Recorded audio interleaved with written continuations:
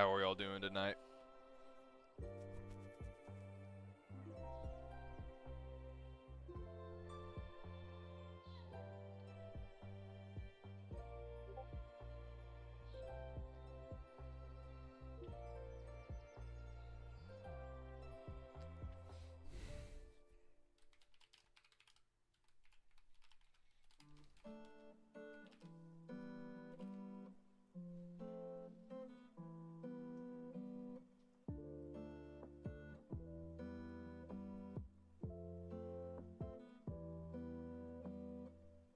Nice to hear it.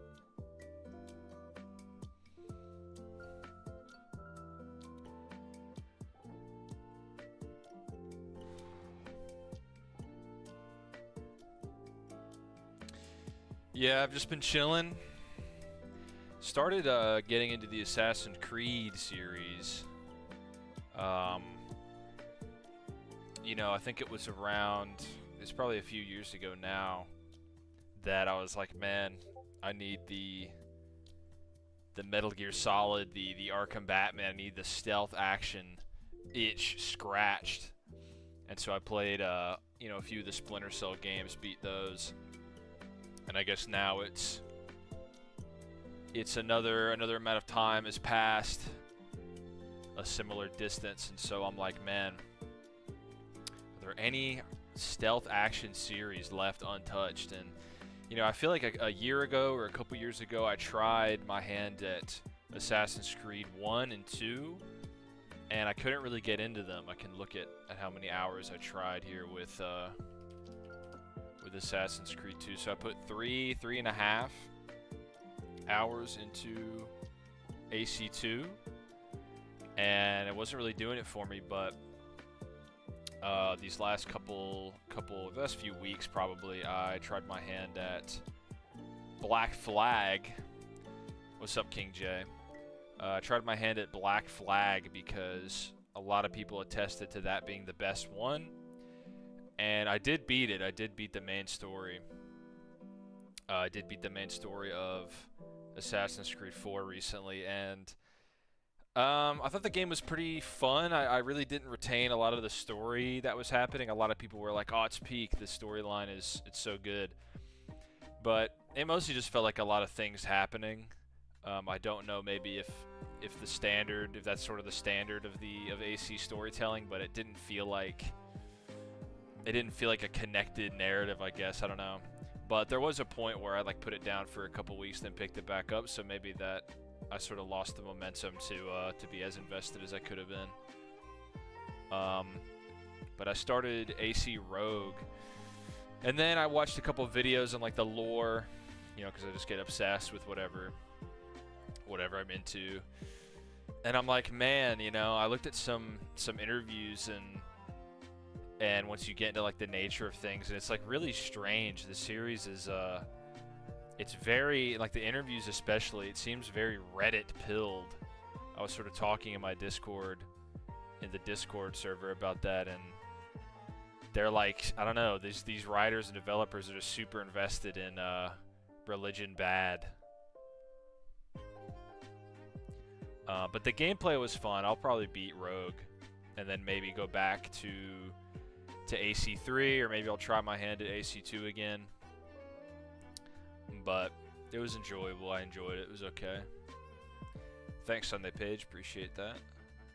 Speaking of thumbnails, I got a custom one made for my latest video, the Nightwing Batman one. So I'm gonna go ahead and change that here in a second. Probably put some text on it when the stream is done. But got some custom artwork done for that.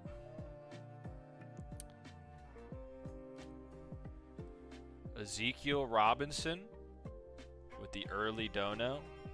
Add that to the blue camp, the blue tapestry. I'm a huge fan. Put that on the screen. If anybody wants their scaling questions answered, this is how you go about it. What is 616 Spider-Man's durability? Well, it definitely varies. He has something called the stress factor, which I'm sure if you scaled Spider-Man at all, you're aware of that. But It's basically, you know, if he's down and out and he recoups or he digs deep, then he can assume a pretty ridiculous level of power. He can fight Fire Lord. He can withstand attacks from Host of the Phoenix. So that's definitely his best stuff. His upper echelon durability, and I mean you could easily get him to like universal or multiversal based on feats like that. But you know, he's sort of a Superman-esque character in that they know what he's capable of, and they struggle writing stories around that, so they often nerf him. Like lately, it's been said that he holds back to such a degree that he's not even aware of it anymore. So definitely varies. I think a good place to put him is like city level. That's sort of a good aggregate of, you know, his average feats, or, you know, averaging up his feats.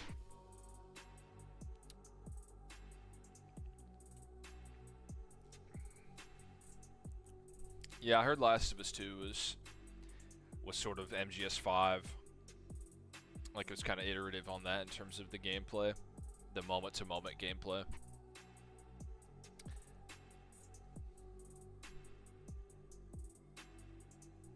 Did you see the image of that Superman toy that shows the back? I did not. I have not seen that. That sounds pretty cool. Any good statements?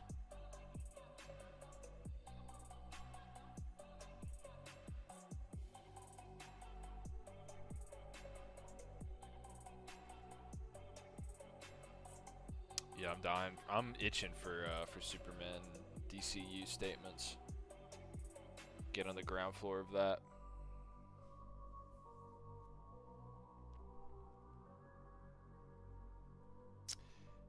But yeah, with Assassin's Creed, I mean those qualities don't really surprise me. Those writing qualities don't really shock me. It's sort of apropos.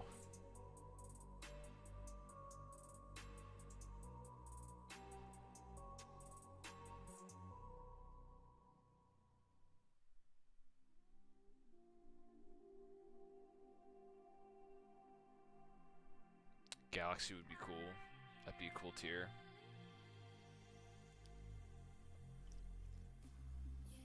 There have been screening rumors for Superman for like a year now.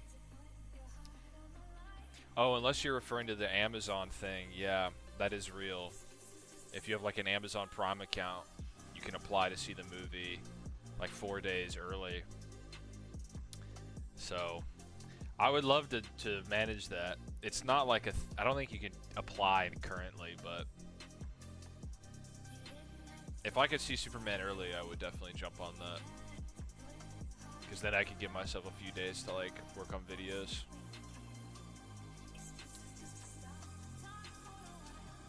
Another dono from Ezekiel.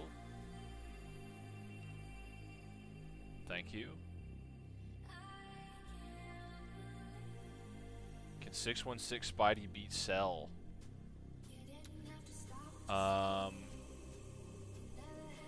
So, you know, it kind of depends on, again, is he like locked in? Is he in his best mindset? Thank you so much as well for the donos.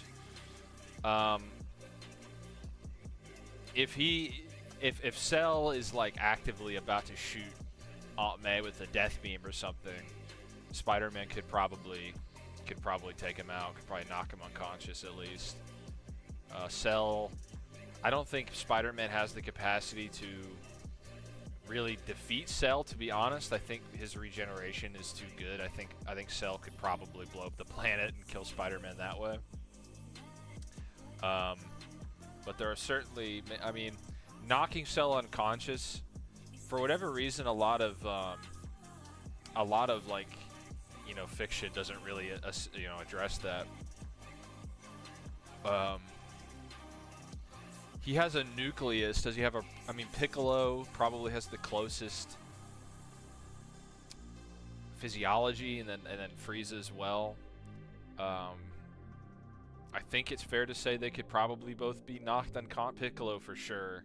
Piccolo for sure can be rendered unconscious or, you know, beaten near death and clock out. But I'd probably say, can he? He could, but it would be very difficult, especially because of the regeneration and Cell's character. Cell is totally willing to just blow up the Earth. You know. Cell's totally willing to go through with that.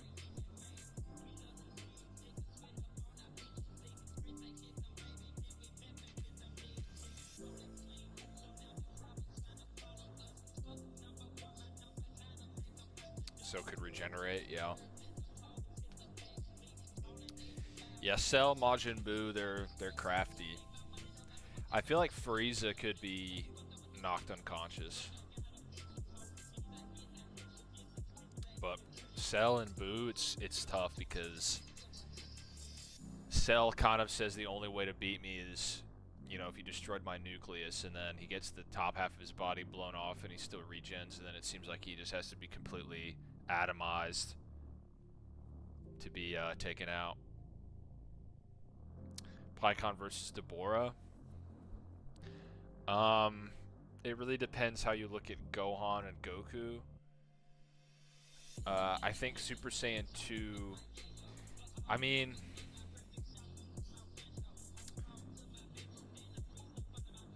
interesting question. I mean, you know, Pikkon took an attack from Super Kaioken, which on paper should be the equivalent power of like a Super Saiyan 2 Goku. At least at that time. The question is, how much more did he train in the other world? How much stronger did he get in there? Super Saiyan 3 withstanding.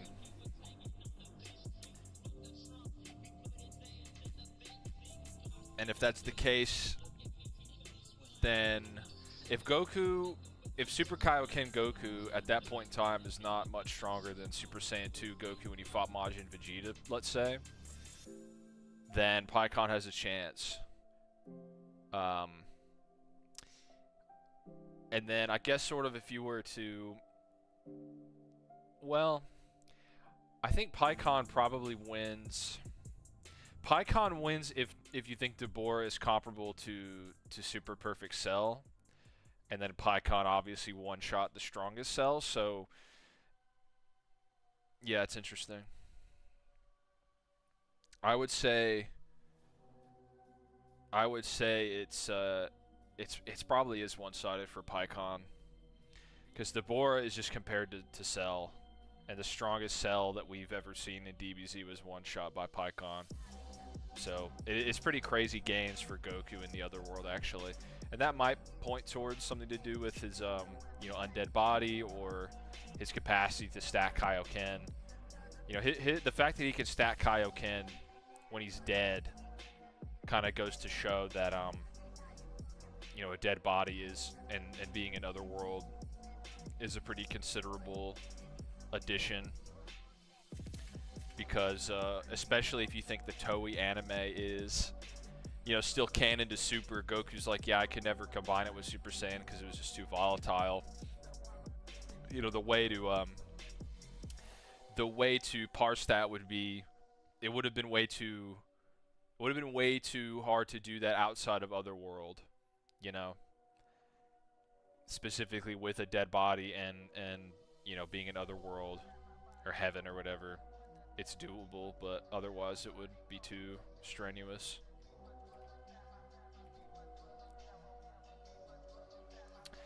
If 616 Spider-Man, thank you again for the $4.99. If 616 Spider-Man can survive universal attacks while blowing up a planet, kill him. Because he can't breathe in space. He would succumb to the vacuum.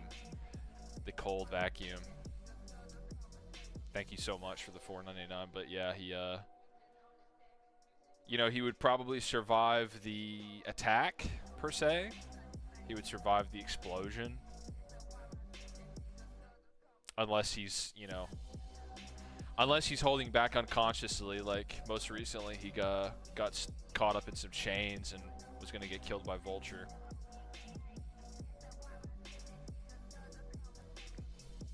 Then Ben Riley points out how much he holds back.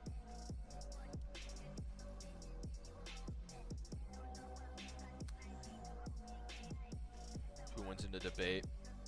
Neither of us really debate. Neither of us debate really anymore. Debating's kind of a... Nobody really does that.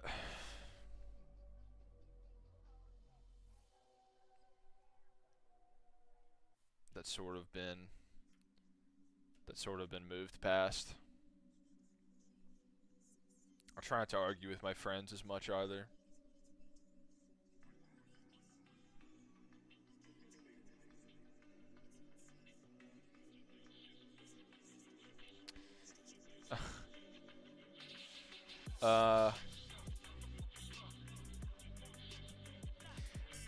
They're probably just as bad, but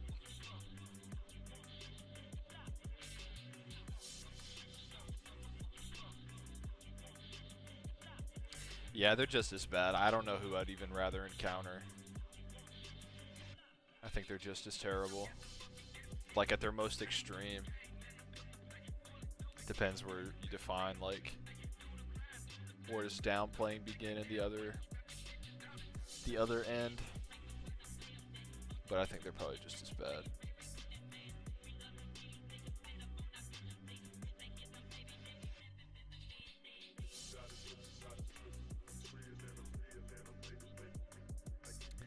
I mean, what's farther? It just depends, you know. What's farther from the truth? Probably the downplayers, yeah.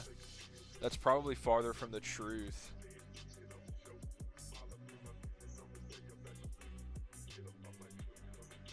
To be honest.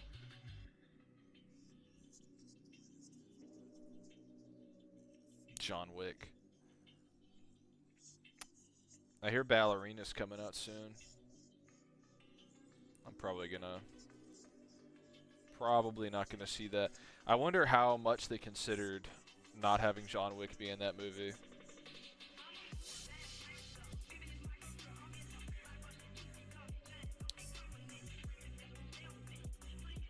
No, I have not heard of that channel.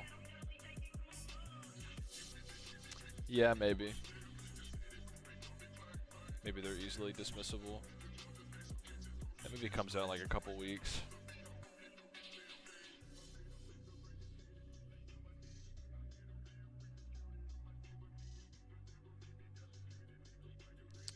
If the movie is good, do you plan on collaborating with other YouTubers on Superman topics? Yeah, I'll be there.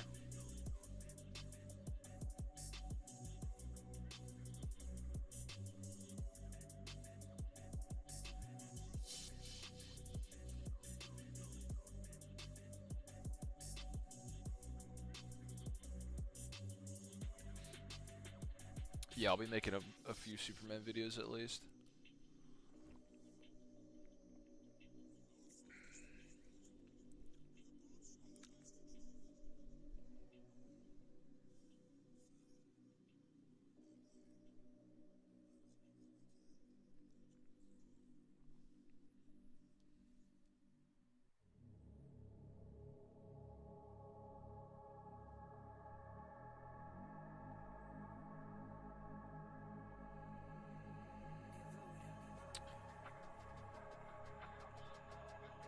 I just hope, I hope Brave and the Bold, or no, I hope Dynamic Duo is canon. I think that would be cool. What's up, Sergeant Anthony? Let's see a 20 from Sergeant Anthony. That would be great. Sergeant Anthony is he's a legend in the chat.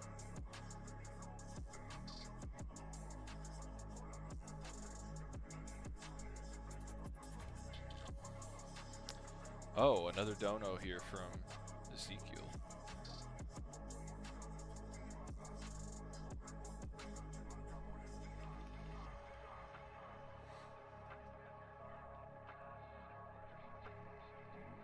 Put you on the screen.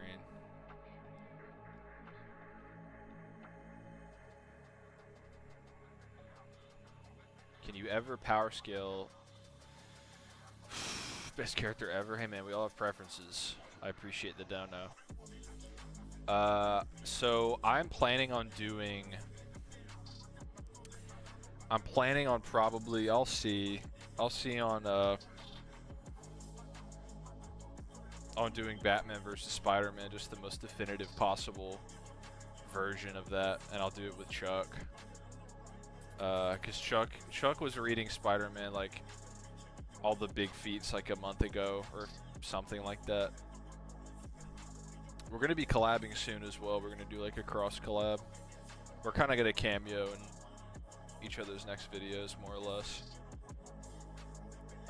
But it's definitely not out of the cards that I'll showcase Spider-Man stuff on this channel at some point. 616 as well, specifically.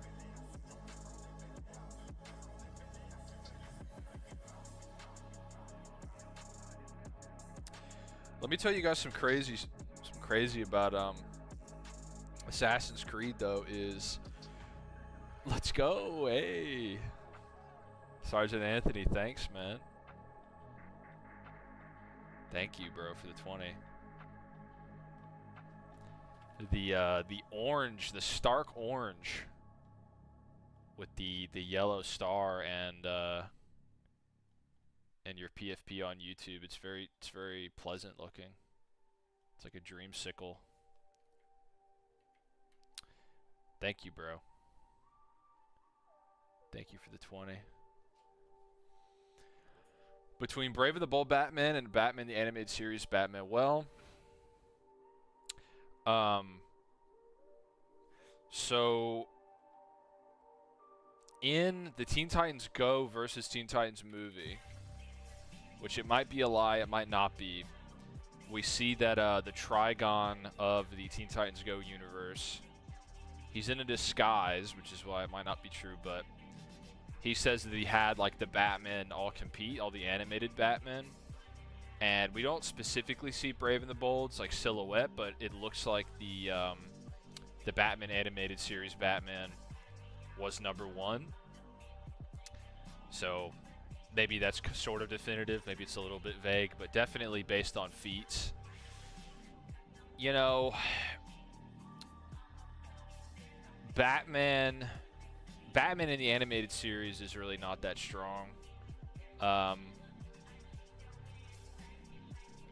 actually don't know if Brave and the Bold, have people scaled that? Let me see here. It doesn't even look like he it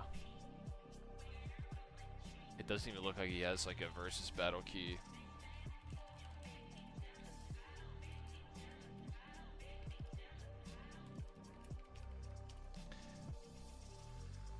Oh, okay, he does.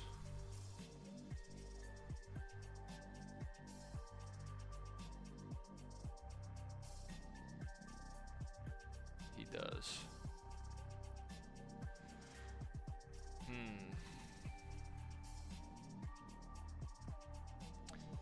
I don't know. I'd want to see how strong that dark side is. I think, I don't know. There's not too much to go off of for Brave and the Bold. I probably would say DCAU, at least based on the Teen Titans Go implications. And you know, Batman, he does do his most impressive stuff is naturally in JLU.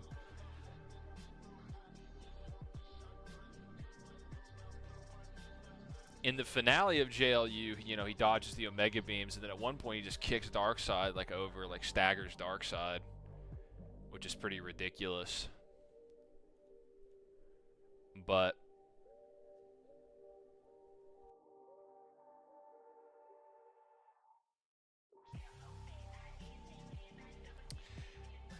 did Superman, I want to say he like pushed the moon or something.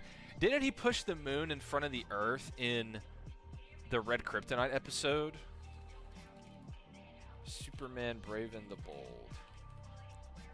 Y'all know what I'm talking about, right? Didn't he push the moon in front of the sun?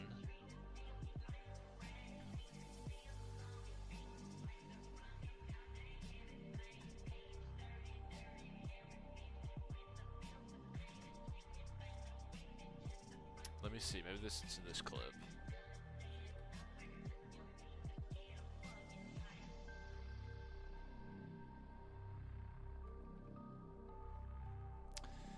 No, he like pushes some clouds in front of it. I was trying to think if Superman did anything like ridiculous. Let me see. Because Batman has that mech suit. Mech suit can kind of fight him. Yeah, I don't know. Brave and the Bold might sadly be kind of fodder. I'd probably go with DCAU.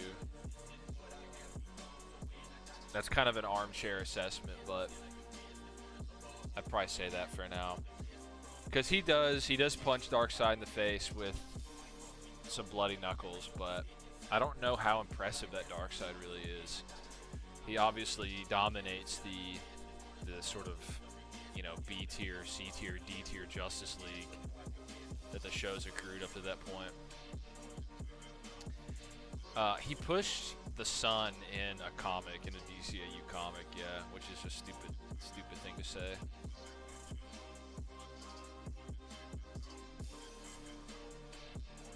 But thank you for the 20. I hope that answer was satisfactory. Yeah.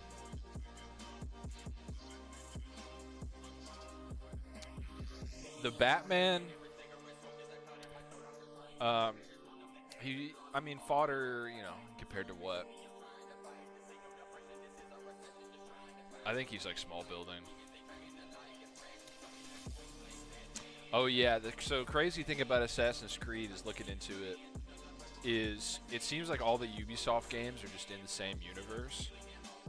You know, you have the whole Tom Clancy sphere with like Rainbow Six, and then that connects to Splinter Cell, and then Wildlands also has Sam Fisher in it, and then Watch Dogs also is just 100% canon to Assassin's Creed. There's like an Abstergo, like higher up, who he leaves, he walks away from Assassin's Creed 4 in that game, he goes to, you know, somewhere else. He's like, oh, peace. And then one of the most recent Assassin's Creed games, you see, like, on a computer, that guy being taken out by the pro tag of Watch Dogs 1, and it's just right there. And Watch Dogs references a lot of the other Ubisoft properties, like not really in like a jokey way, like just sort of acknowledges them.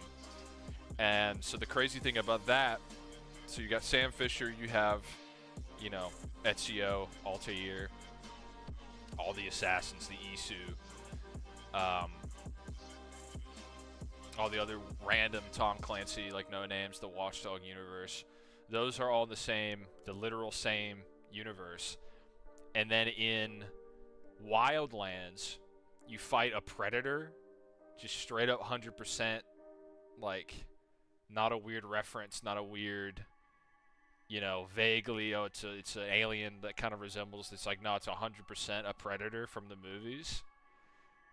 And so within the and Far Cry, well, Far Cry is also connected. So within the Ubisoft universe, you have all the Far Cry pro tags. You got all the assassins of the past. You got Sam Fisher running around. You've got a predator, aliens, you know, flying, doing their thing, hunting people. Watch Dogs. It's pretty crazy. And I would 100% do that. If I had a fiction, if I had multiple series, I would 100%, no doubt in my mind, connect them. Irrevocably, unapologetically, have them be in the same universe. I don't know why you wouldn't do that.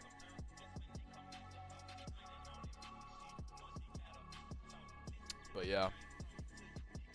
Next time you're playing one of these games, just know that at any point a predator could attack you. Can you do a Power Rangers feats vid? I did talk a little bit about Power Rangers in the Godzilla versus the Multiverse video.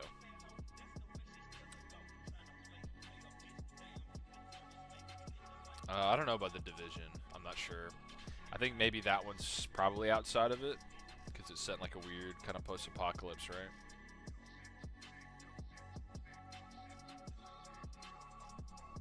Maybe it's set in the future. I don't know.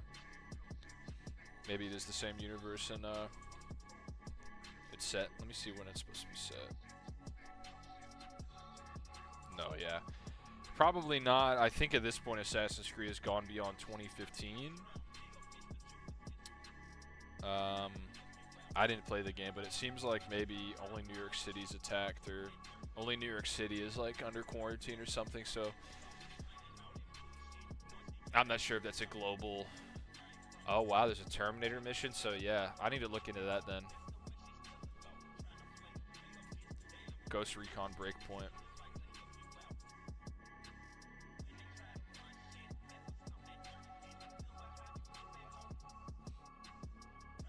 T800s. Oh, it's like Bald Arnold. They didn't get the Arnold license. Yeah, Predators, the Predator movies and comics and stuff, that's kind of like crossover fodder. Like every universe has met a Yautja.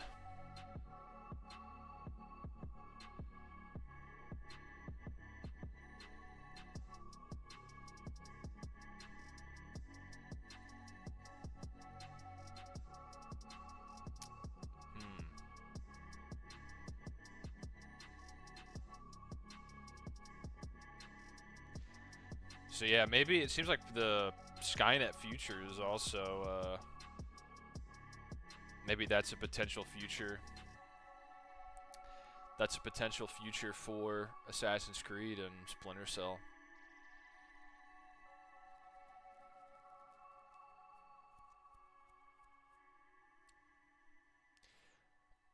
Emmanuel, if you donate, I will answer that. Power scaling questions and stuff, I'll answer that. If you send like a 20, you'll get a hyper detailed professional. 20 or above, you'll get a crazy answer. You'll get a super detailed, super involved answer, but less than that, I'll answer it still, but just not as detailed. Different Terminators. It's literally just Bald Arnold. How do you think Link would fare?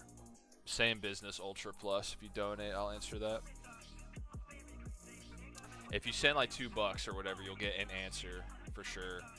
But the more you donate, the more thorough and more of my knowledge I will give away. Or you become a channel member and get all your questions answered. Is cast number 1 or at least tied?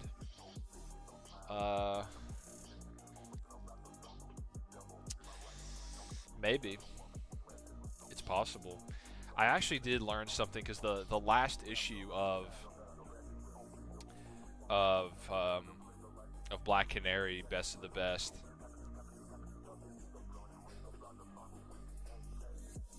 kind of threw a wrench into it a bit.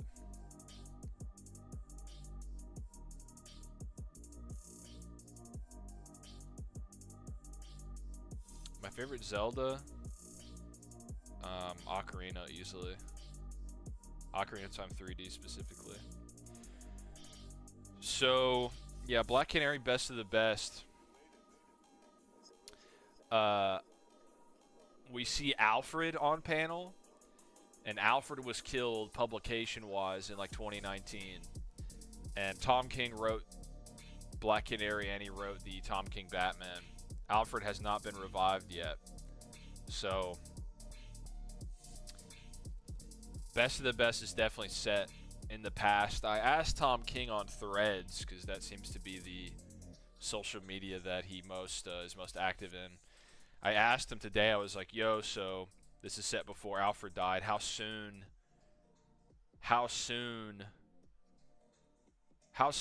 you know, before Alfred's death is Black Canary? So we'll see. No, that phone animation is from Gotham Knight, the Nolanverse tie-in animation. Elder Kai's ritual can unlock the UI? No, I don't think so.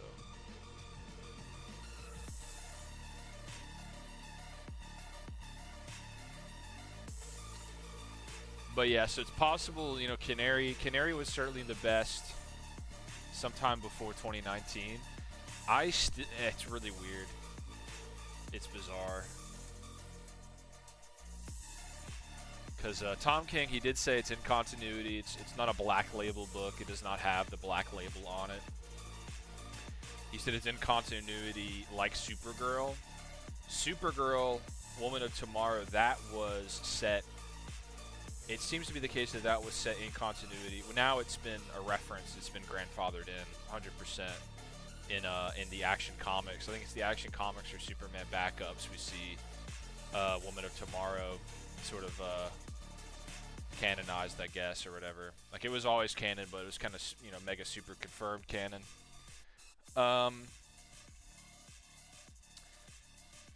And in that, Supergirl was, she said, like, she just turned 21, which I think that is the oldest we've seen her, you know, acknowledged to be. So yeah, I don't know, it's a little, it's strange. I hope Tom King clarifies, because if it's like a day before Alfred's neck snapped, then that's obviously a lot more useful than like, oh, it's 20 years ago, because then Canary is irrelevant again, unfortunately.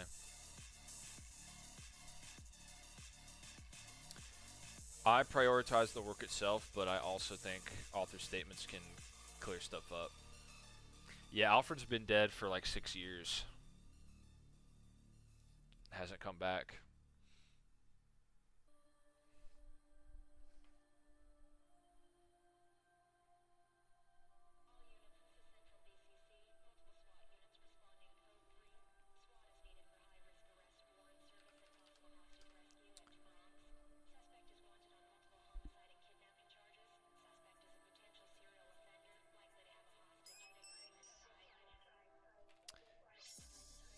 Tom King better respond, bro. I refuse to be jerked around like this forever. When is it set? Easy question. Just tell me, bro.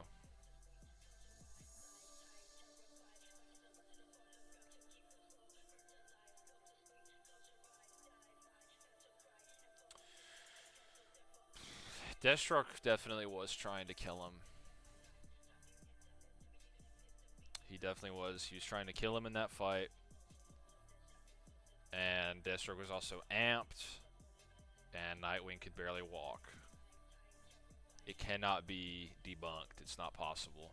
You can't do it. Can't debunk it.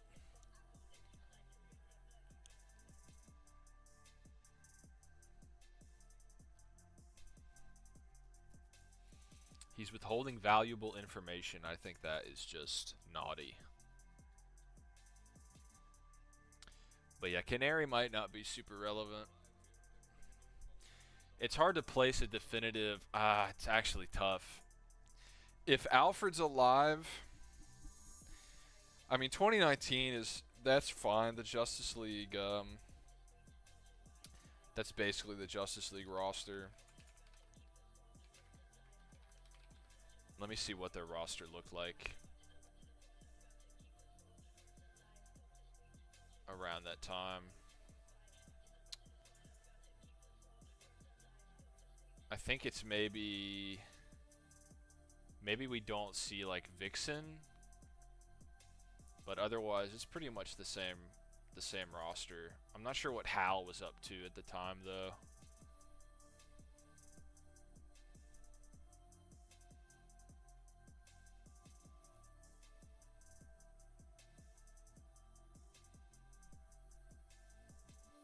Hal probably could have just made time to watch the fight, though.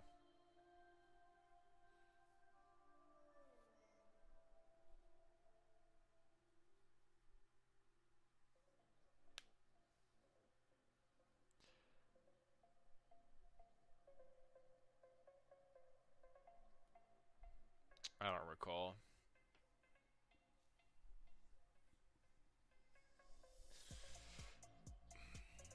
But Tom King needs to just come clean. Needs to come forward. A DC comic that's essential to read. Probably Batman Year One. Maybe Morrison's Justice League. Those two, I think, are essential. Batman is more or less the driving force of DC, so year one is essential in the sense that it's the best starting point for that character. But I think Morrison's Justice League is probably the best. It is the best storyline involving the flagship characters. 20 bones from Wavy Axe 211. That's a first time donator. I appreciate you, man. Yeah, I'll answer that immediately, bro. Thank you so much. Thank you so much, man. I appreciate you.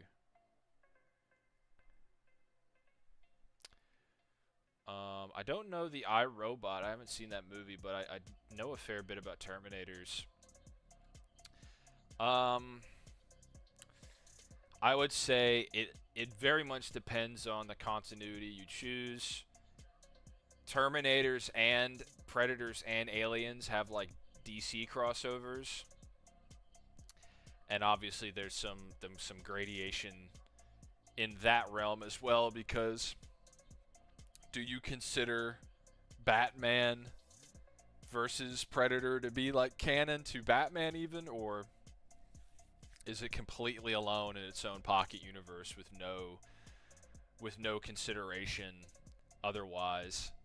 You know, no implications on any other timeline. But is, you know, strictly main continuity for the movies, I would say Terminators. You know, the fact is in the movies, aliens can get shot by, like, you know, automatic rifles, and Predators honestly aren't that much better. They get wounded by like 1980s weaponry. Obviously, you know, if he bleeds, we can kill it. He got injured by. Also, when he was healing himself, he was like pressed. He was like screaming. In the first Predator. AVP makes it a little bit better for the aliens and Predators, because they can like shatter concrete. You know, their fights are pretty amped up compared to what we've seen. But Terminators, even that explosion in the first movie that the T-800 withstands, the giant truck explosion, that would honestly probably kill any of the Predators or aliens from a single movie. Sad to say. I think within like Alien Covenant, you could argue they get through like bulletproof glass, those xenomorphs, but you know, even still, I think the T-800 is just ridiculous, and the amount of gunfire that they can tank. You know, like the police lighting up the T-800. I think it's in one of the first two movies. I mean, even in the third one, doesn't, you know, the energy attack from the TX that launches the T-800, you know, he's like basically fine after that. And then in T3, when he's on the side of the truck and is just being, you know, barreled through multiple buildings. I think the Terminators are a lot stronger considering the main movies for every series, every franchise, but I think once you extend it, it sort of depends where do you stop it. I haven't read too many of the Predator or Alien comics. I have read the Terminator comics, and there's some interesting feats in there. There's one feat where I think it's a T-800 or somewhere around there, not a super advanced model, but it just completely it makes a giant hole in like a dam, like the things that hold back like massive amounts of water.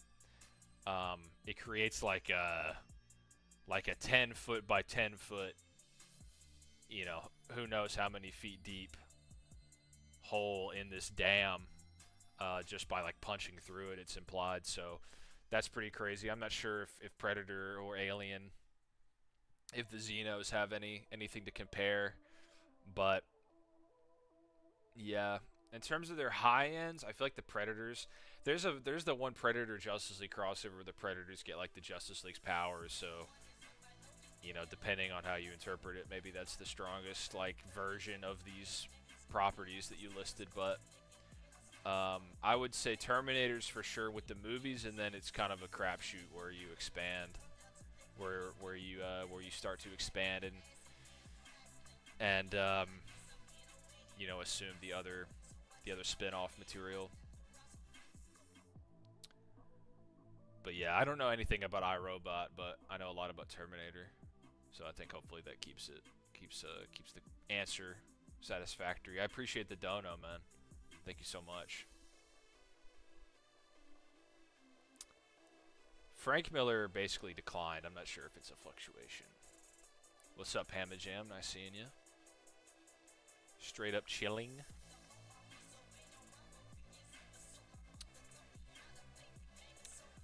But yeah, maybe you can add Tomb Raider to the mix. I mean, you can add Final Fantasy as well. There's like a Final Fantasy boss fight in, I think it's AC Origins. Like a character from like whatever Final Fantasy was at the time. I think maybe 15 or 14. Just comes into the Assassin's Creed universe and you like fight him. It's like pretty crazy. So that's probably more of like a multiversal crossover. I don't, obviously Final Fantasy, that's a multiverse into itself. Like that, the games are mostly set within disparate worlds. Like the name kind of just vaguely connects them, and then in Dissidia they cross over. Oh, dude, you have Terminator's awesome, man. That's a great. The first two are awesome. Those are one of my favorites. Do you think Goku was dragging on the fight on Namek since he was stronger than Frieza? Well, if you read the manga, it's definitely a one-sided beatdown. I think in the anime, the fact is full power Frieza is a lot closer to Goku than he is in the manga. I think maybe Kai makes it closer to the anime. But in the anime, it's basically a complete beatdown. Or I'm sorry, in the manga, in the Z manga.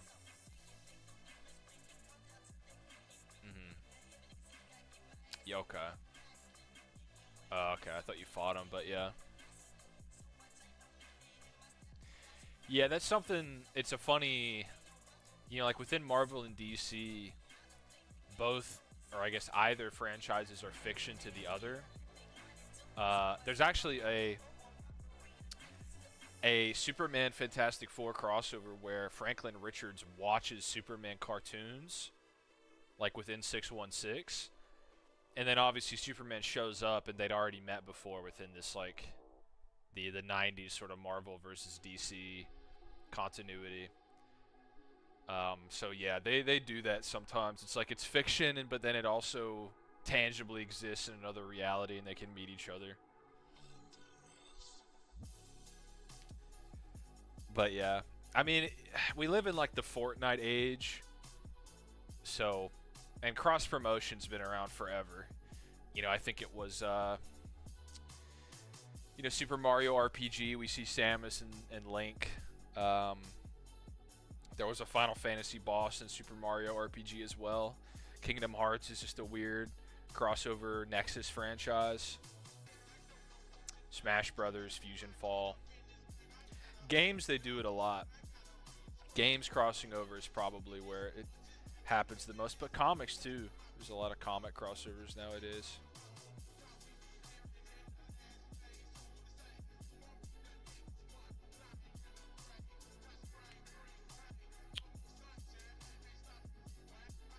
But yeah, and I like that. I think it's cool.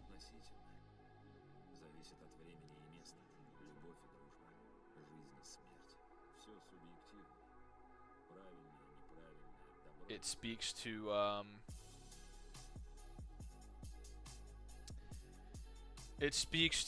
you know, the different companies collaborating. That's nice to see. It speaks to, you know, I just think it's cool to consider like the Ubisoft thing. Even you guys were reacting with like, oh, it's cool. How come I didn't know about it? It just is a cool thing. AC, Darkened Guard, Nier.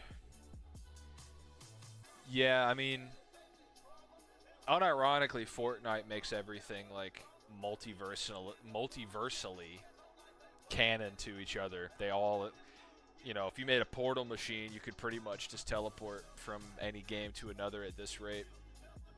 And then, you know, Smash Brothers did all the heavy lifting before that, and PlayStation All-Stars and Fusion Fall and Nicktoons Unite, like, It's really not hard to do. There was that show on Game Theory that I thought was fun. That was a crossover. I forget what it was called actually. But it was Comic Drake.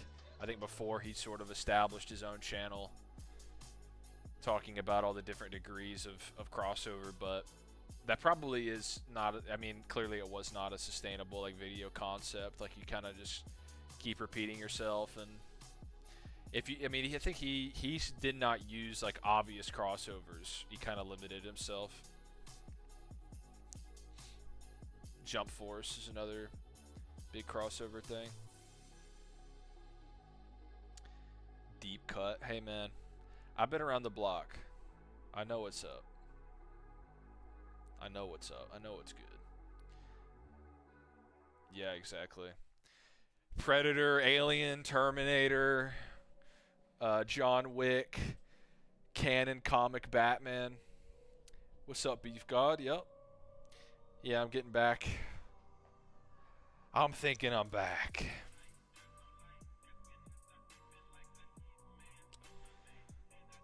Are DMC and Resident Evil, are they canon to each other?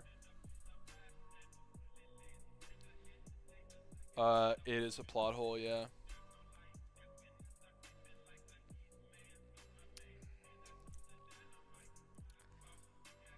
Yeah, Lego, everything is canon in the Lego verse.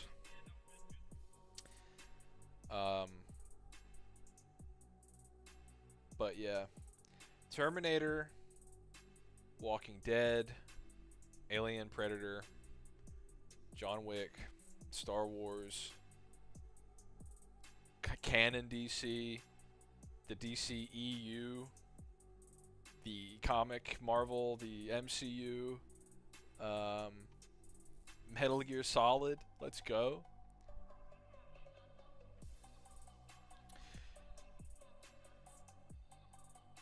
Oh, yeah, I knew that they're sort of conceptually connected.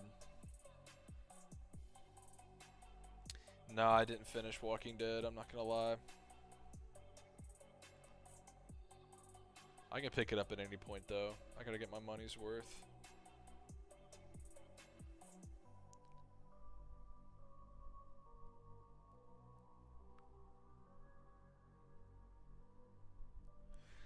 Yeah, well, the DMC anime can go jump in a lake. I don't know anybody who like legitimately enjoyed that.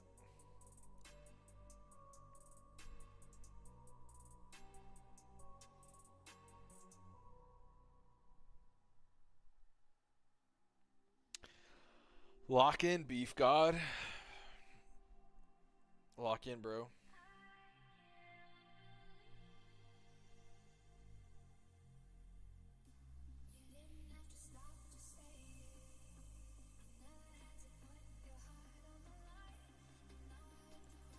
Could Dante survive Raccoon City?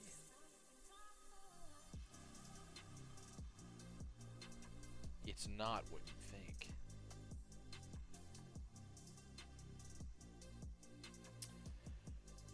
You can wish to switch bodies. No, you need the Super Dragon Ball. So I think that's exactly why Zamasu grabbed him. Yeah. The animators, they got paid though, and I don't think anyone blames them. I think even when you look at something like the criticism that Invincible was getting, they weren't blaming the animators, they're just like, oh, the budget sucks.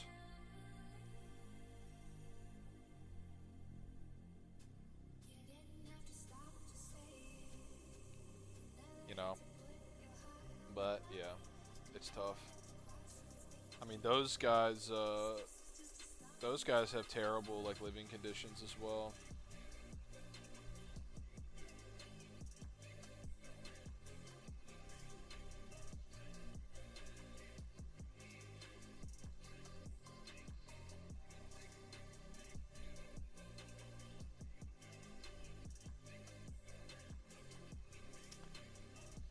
Yeah, the season, the Invincible show is just boring. Like, it's just very much not interesting to me. I think the comics are the same as well. They're kind of just boring. Just not my swag. I don't know. Well, I recorded audio for my next video. In the downtime there, I was editing another video for this other YouTuber. Getting paid for that here soon. So that's what I've been doing. Otherwise, yeah, just chilling, playing Assassin's Creed. I've been looking into a lot of foreign interviews and magazines for Metal Gear Solid. Trying to get all the Kojima interview statements I can.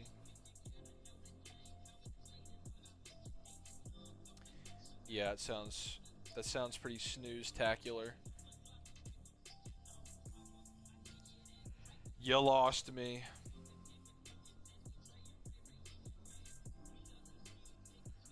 What a shame.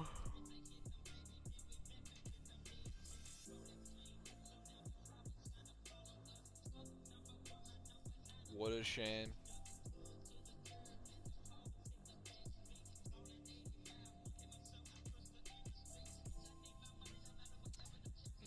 Nice with the RE.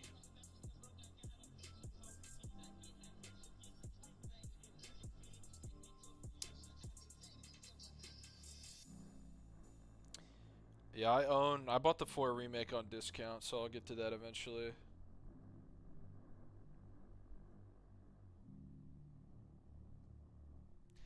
I don't know.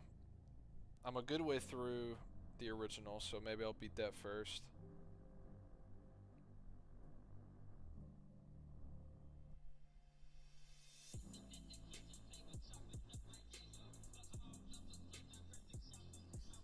Green Lantern fan? Yeah. Yeah, I like Green Lantern.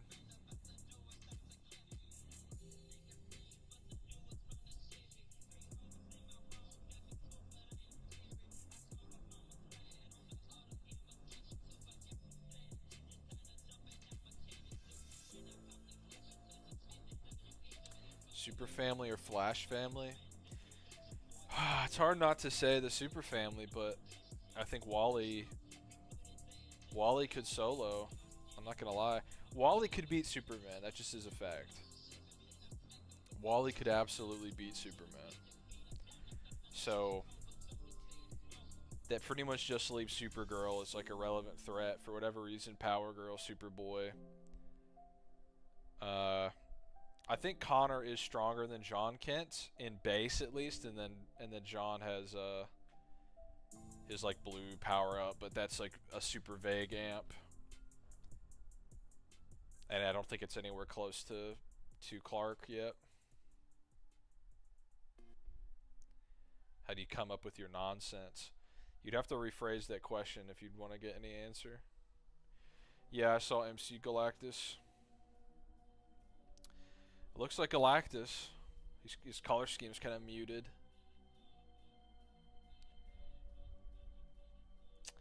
Yeah, the artists are talented, you know, and if you give them enough time to polish it, then they could definitely put out something cool. If you don't do that, then your chances are lessened. Yeah, Wally's top tier. Wally is built different.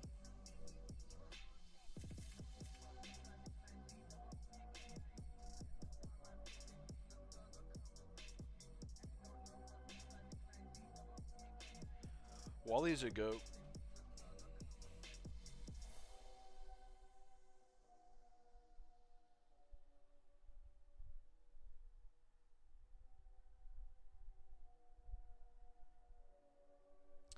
I swear, if Kyle doesn't beat this Gurren Lagann weeaboo bait,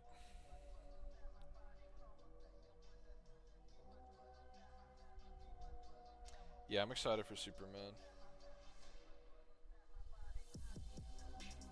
I think it looks good.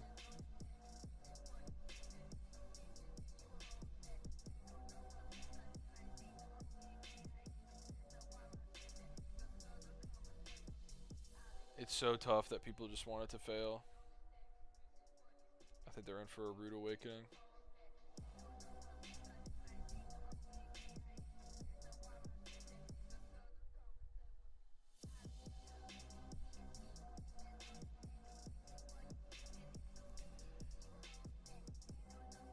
Yeah.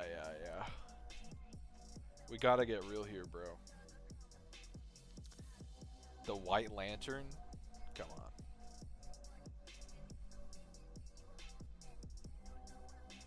Too strong. We need to stop kidding around, kidding ourselves really deep down.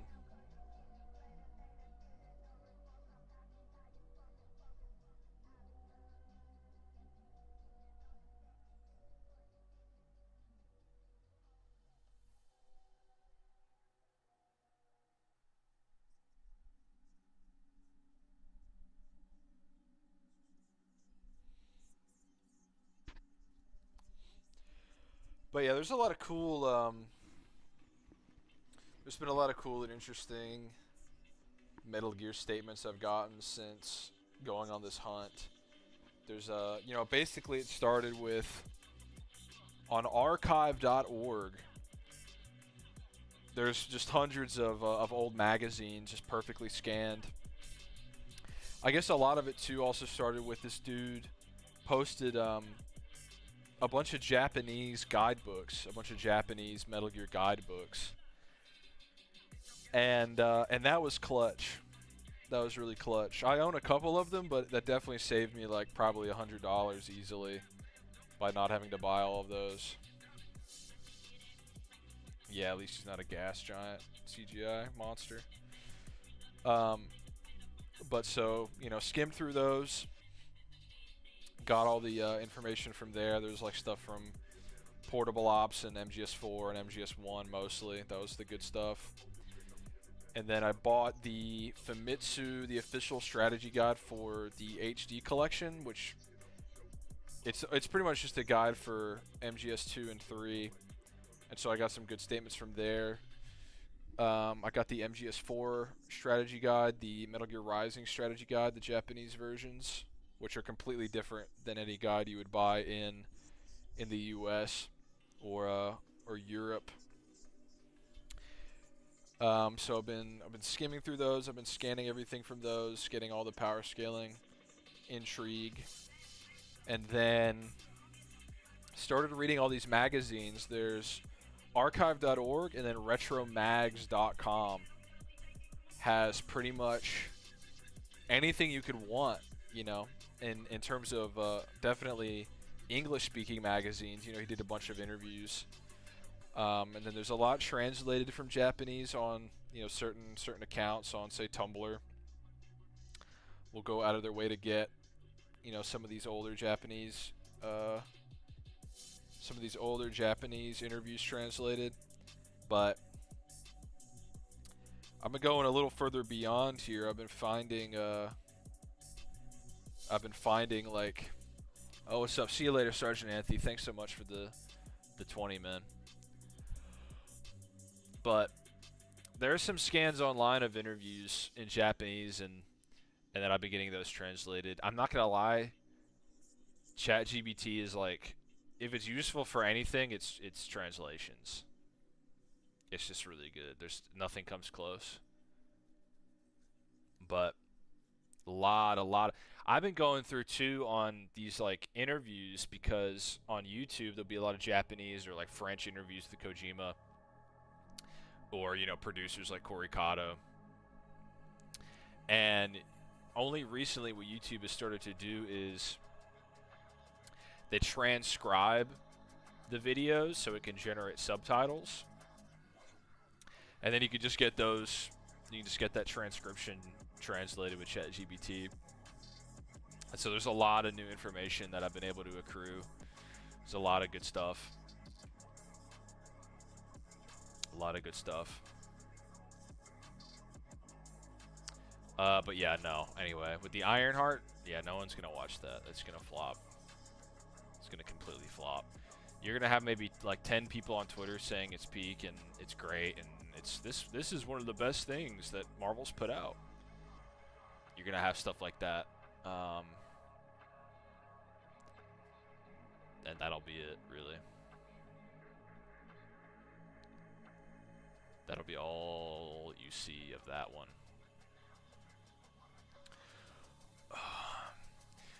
But yeah, 25 viewers. I'm trying to build up again. I think, you know, it's just I wasn't really posting or streaming for like a month or so. And so people, you know, they kind of just forget that you exist, or YouTube is just shady about not sending subscribers, you know, the alerts and such. But I'm gonna get this new upload sent and this new upload posted in the next few days, and that should go well.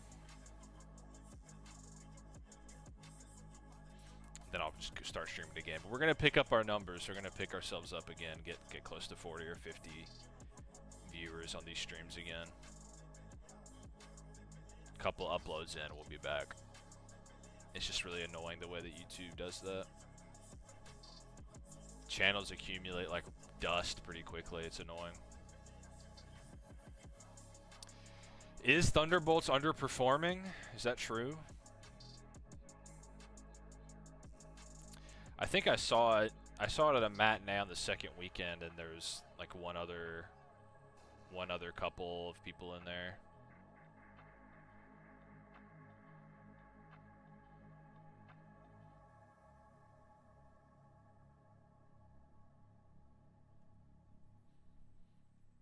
That's kind of weird that it's underperforming. Yeah, it's Black Widow 2, so if you're heavily invested in the Black Widow verse, you're gonna get the most out of Thunderbolts for sure. Yeah, movies are struggling, man. It's tough for movies. Movies don't really do well anymore. People just stay home and watch TikTok, I guess. Movies aren't really that thing anymore. You know, people will put a movie out in theaters, and then they'll just start making TikTok edits of it, and then the TikTok edits. That's basically now. That's, you know, people are not going to watch the movie. They're only going to watch the TikTok edits.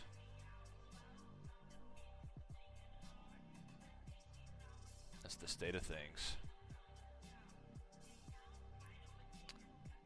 I'm seeing here, I actually just got a tweet that it just passed 300 million, but it could obviously still underperform. Depends how much they put into it.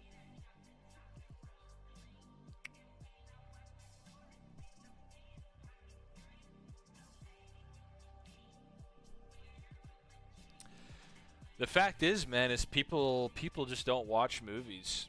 You know, it's I think people complain a lot about media literacy, but in order to become literate in something, you need to be exposed to it more often. And I think people, you see it a lot with Star Wars. It's really all these big franchises. I saw a great couple of videos really defending the prequels, and they were well thought out. It wasn't just, you know, basic. Dude, the saber fights are so good. Obviously, that's true. That's a fact, right? But it was like a genuine construction. It was a genuine defense, like a studied defense. And it was like over an hour long, so, you know, it was great YouTube fodder. I made a few reels of it myself, a few clips of it. I reeled the best parts of it. But it is called officially the New Avengers. They waited like 3 days to change the name. But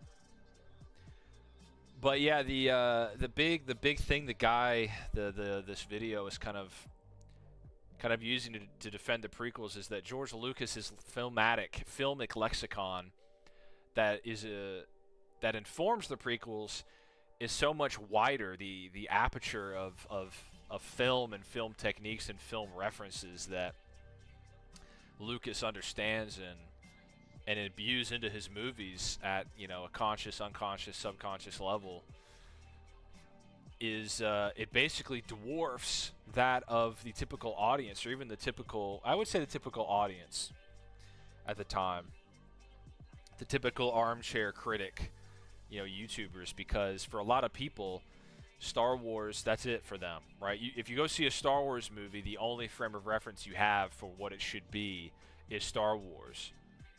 And then obviously there's, that's shallow. It's very shallow. And I think that's kind of the nature of things now is people don't really go out of their way to consume, like, and I'm guilty as charged. I feel like I've probably seen more movies than the average person, and of varying genres, but most people really, their standard is Marvel, and once it's like, you just reach the zenith of consumption. You reach the zenith of people consuming Marvel. It gets to the point where it's just too much. It's enough. And the way that it was, the way that it is those movies, superhero movies, got so big. And they got bigger than the Western. People always compare it to the Western. They'd always say, oh, there's so many Westerns in, like, I don't know, the 50s or something. And they exploded, and they were everywhere, and then they died out, and then, there's multiple sort of generations of film. But the difference is, it's like when a bubble bursts, or when like an extinction event transpires, the fact that more people are alive now than ever, more people see movies now than ever, more people are contributing to consumerism, that amplifies the issue. It's not the same. I don't think we're gonna come to a point where, like the Western, we get so many of those, and then they die out, and then we start getting Taxi Drivers or Tarantino, or we start to get a new, or Star Wars was a new myth, right? I don't know. I think the bigger it gets, let's say we do get one more new thing. I don't know what genre that could be, but the next thing, like, let's say it goes Western, and then superhero, Marvel, DC. Whatever comes next, it's only going to get harder and harder for movies in their traditional form to recover from. Because once you have, let's say, I don't know, just a random number. Let's say there was 50,000 people. Let's say 10 million is probably closer to the truth. Let's say there were 10 million moviegoers. Just random number, whatever. 10 million moviegoers who saw every movie. They loved movies. They were keeping the cinemas alive during the Western, or let's say post the Western, bubble bursting. There are so many different genres, all struggling for your attention, all vying for your attention in the cinemas.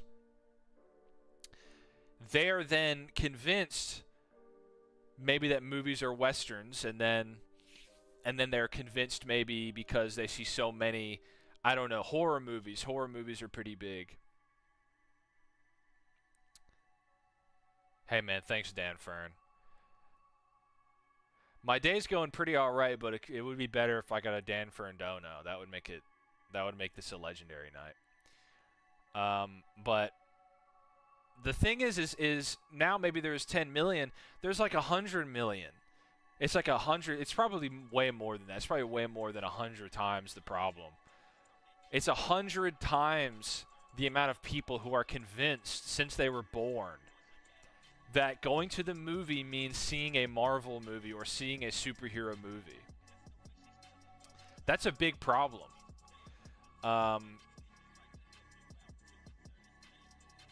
So I'm not sure, Yo, what's up, Aaron? Dan Fern, come on. I know you got it. But yeah, that's my assessment. Is like, it's just tough. It's tough. Big blockbusters. You had Star Wars. You had Titanic. You had big cultural movements. James Cameron movies encompassed multiple genres. They weren't the same universe. They didn't have nods and continuity winks. They didn't have that. That was not the definition of a blockbuster. That is the definition of a blockbuster now. And I think the fact that Marvel is failing does not give me hope that movies in general can rebound. I think Marvel superhero movies, this is the genre, have become synonymous with seeing a movie.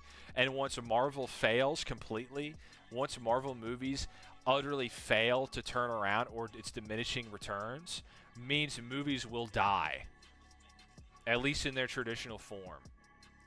And it's really bleak.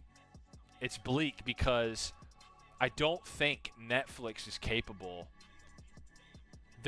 Maybe there has to be a new niche between Netflix and cinemas that have to be created. I feel like cinemas are only going to get nicher. It's tough. It is. I don't know. I'm not super hopeful about it, but it's whatever. The movies that they make nowadays mostly just suck anyway. So it's kind of just that's their fault. They've forgotten how to make a Terminator 2. It is a lost art. It's just not possible. You can't make a Terminator 2 anymore. You can't do it. And that's fine. Things exist. If there was some burning of the Library of Alexandria for movies and we forgot Terminator 2, maybe then they could make another one. They could make a movie that fills its place. And we'd fall back into whatever creativity. There would be a Terminator 2 shaped void. Because that is just sort of a platonic. It's something that needs to exist. It's something that does exist within the human spirit. Terminator 2 is just that good that I think over time it would just basically get remade, right? Even if it's like a monkey on a typewriter situation. But Terminator 2 still exists. Terminator 2 will always be accessible. I think the internet plays a part in that as well. I've been thinking about that a lot when it comes to comics as well. Is up until the internet, up until Read Comics, or up until these apps, the context of the newest Spider-Man comic, it really was not going. It wasn't going to be compared to the run 10 years ago, because people did not, unless you were a avid collector and you were going around tracking down every issue. And then you read them all the way through, or you were reading all the collections. They weren't collecting comics until maybe like the 90s. They weren't doing, 6-issue graphic novels. That was an advent of like Watchmen. The notion that a 12-issue story needed to be read all together. That was a level of prestige that had not existed and was not. There is no notion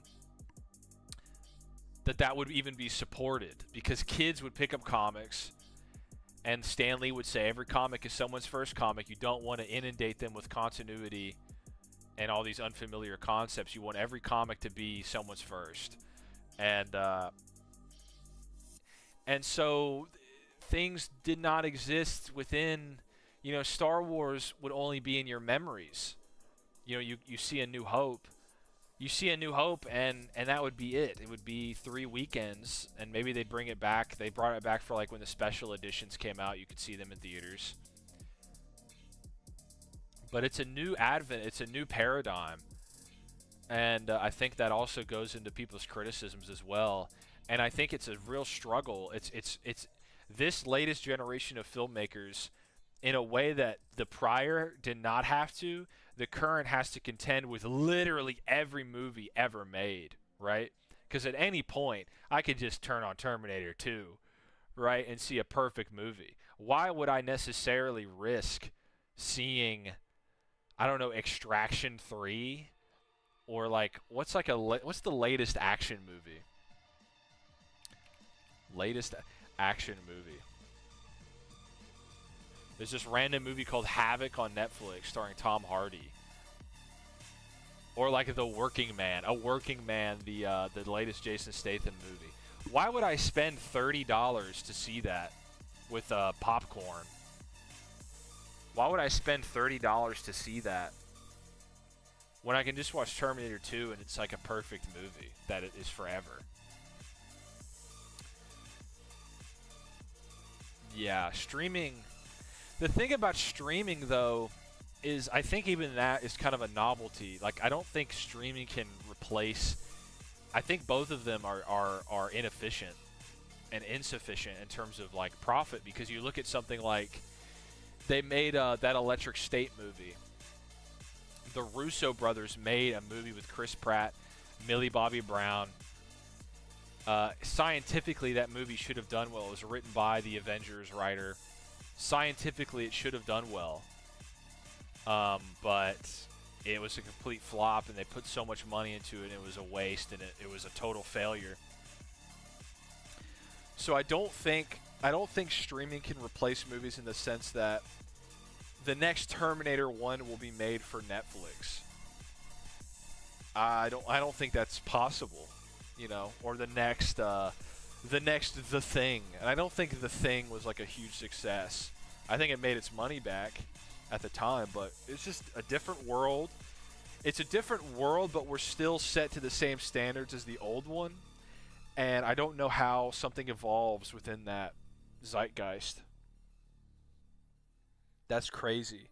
I think that's the big that's what defines this current paradigm. This current situation is we're still defined by the old because everything has only recently become so accessible.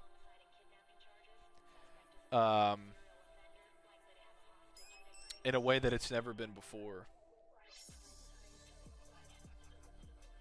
And I pity them. They can't do it. You could take, I guarantee you could take the most talented cinematographer. You could take the most talented director, the best actors of today, the most star-studded cast. You can give them a $1 trillion budget. They're not making Terminator 2. They're not doing it. They're not making Predator 1. They're not making Blade Runner. I love Blade Runner 2. But let's be for real. Let's be for real here. They're not making the next Star Wars. It hasn't happened. There's been plenty of attempts. There's been plenty of chances. It's not possible. It's not going to happen. I think the John Wick franchise is probably like the last, because that one was a home media darling. The first movie, you know, because me and my dad, we watched the first John Wick probably when it was put on Netflix or something. And then we saw 2 in theaters, and we're like, what? It was packed, right? I think that's the last time we're going to see something make that transition. Blade. Yeah, Blade's never coming out. There's only ever going to be one Blade.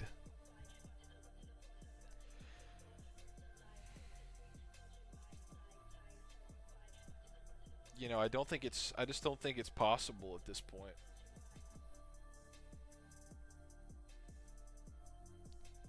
You know?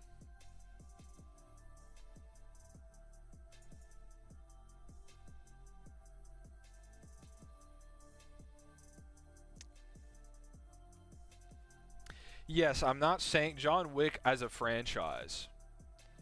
John Wick as a franchise, because John Wick, the first movie, got popular based on home media. But yeah, you know what I mean. Crazy good media, but like the thing will not be appreciated. I don't know. I'm sorry. It's nothing has topped Terminator 2. Nothing. Nothing. I don't care how there's not going to be some niche thing that gets discovered, or let's even say it'll always be underrated. That's like if a tree falls in the forest, did anyone hear it? Practically no. If there's a movie better than Terminator 2, it would be beloved and hailed as better than Terminator 2, but it's not happened. So that doesn't exist. Like, I don't think we're gonna reach the peak. You know, I don't think so. There's something intangible that used to exist that doesn't anymore.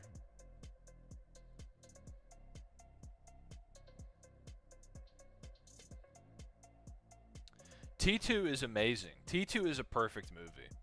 It's certainly one of my favorites, for sure. T2 is perfect. There's no flaw.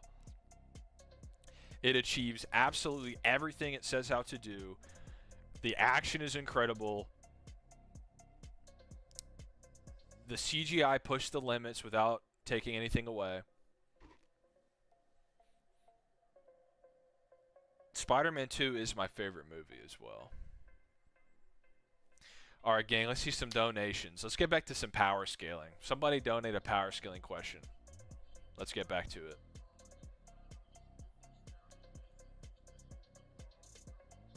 Somebody, I don't care what it looks like, let's get a power scaling dono.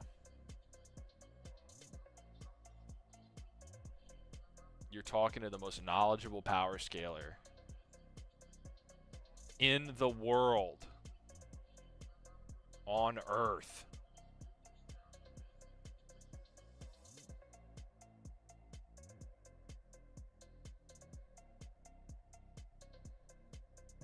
So y'all gotta act like it.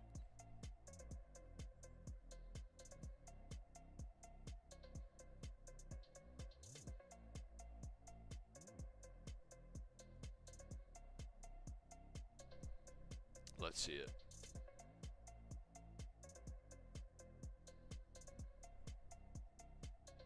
I know you guys got it in ya.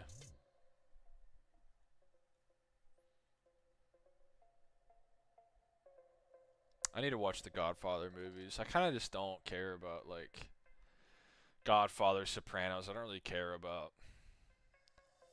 I don't care about, like, gangster crime. If Batman's fighting them, I'll tune in.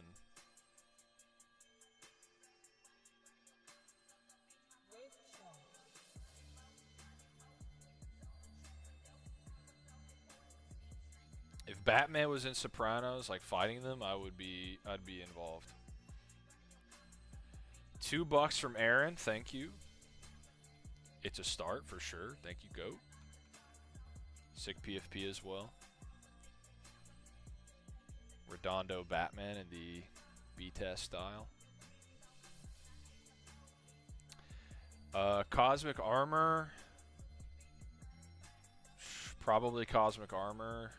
But it depends if you think the hyper narrative is every story ever. It depends if you think Perpetua has Mandrax energy. You could definitely make an argument for unkindness, though. Absolutely, I think it's fair, but probably Superman.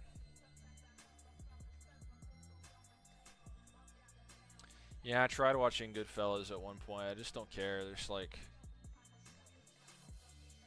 You crossed the line. You gotta pay. You didn't give me my money. You gotta pay. You know what I'm saying? You didn't get me my money. I'm sure they're amazing. I'm sure they're top tier, untouchable.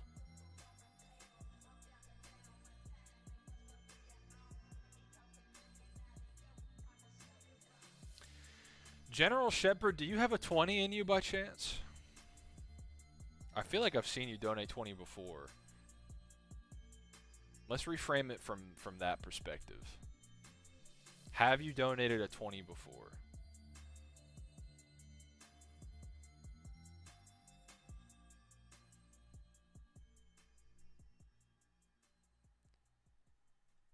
That is the question.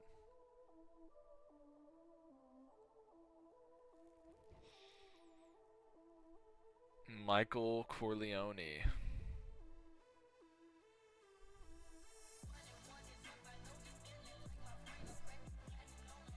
Do y'all think Arthur Morgan could beat Mike Myers? Michael Myers, not the comedian Mike Myers, or I guess the theoretical comedian.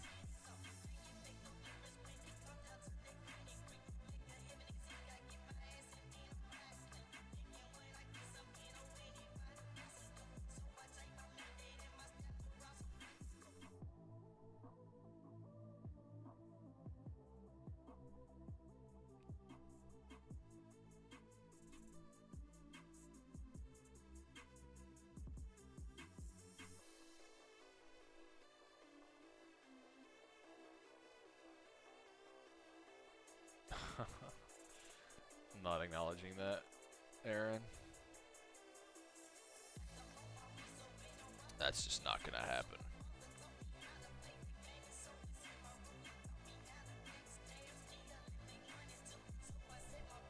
With Deadeye, he can beat Michael. I could see that.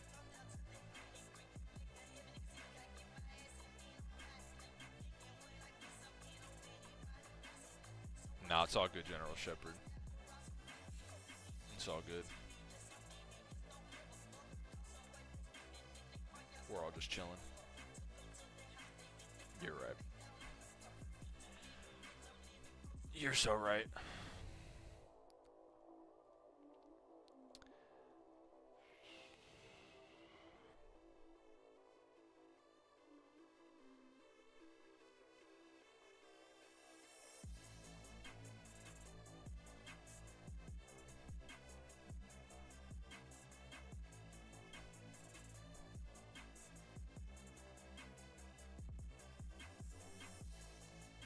I think someone in this chat, there's a mysterious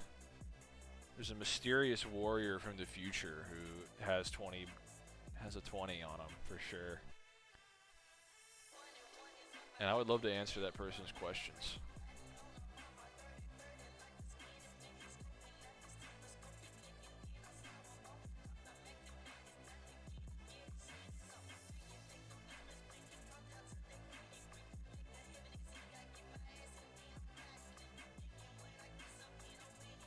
That's my working theory, I think. I've put out my feelers.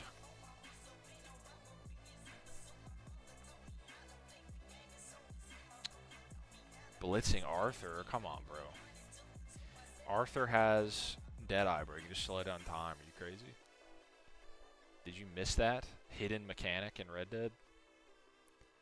Huh, a novice. Look at this novice, chat.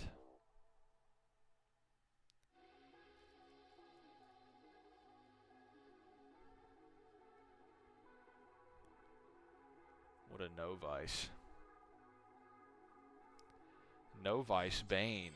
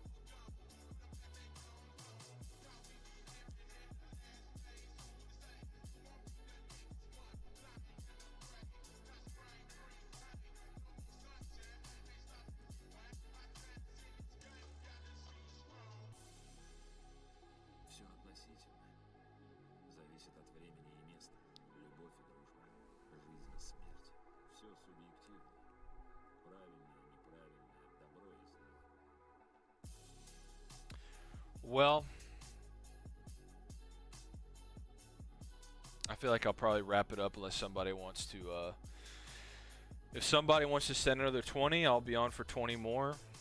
If not, stuff's gonna be closing in my area, so if I want to grab some food here, my window of time is closing, but I would absolutely be happy to accommodate the chat for another 20.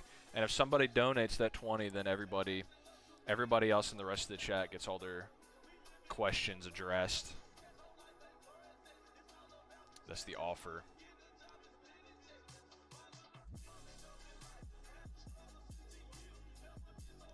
That's what we got going on here.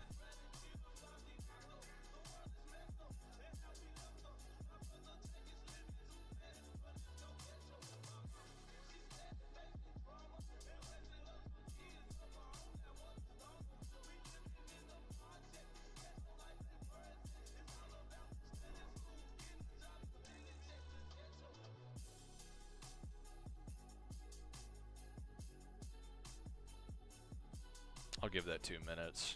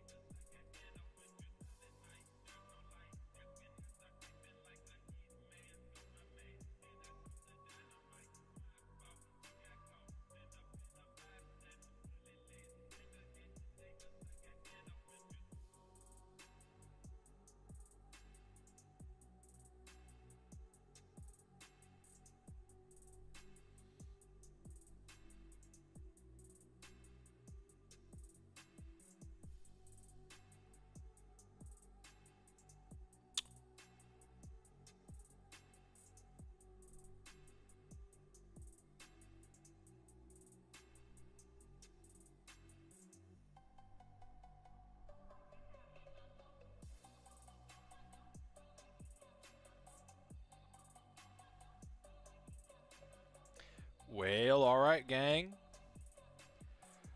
I'll see y'all around. Thanks everyone who donated. Thanks Wavy Axe, Sergeant Anthony, Ezekiel, and Aaron. Probably won't stream before I upload next. And then hopefully that upload gains some steam and then we can hop back on. But with that said, thanks everybody for stopping by. And I will see you all next time.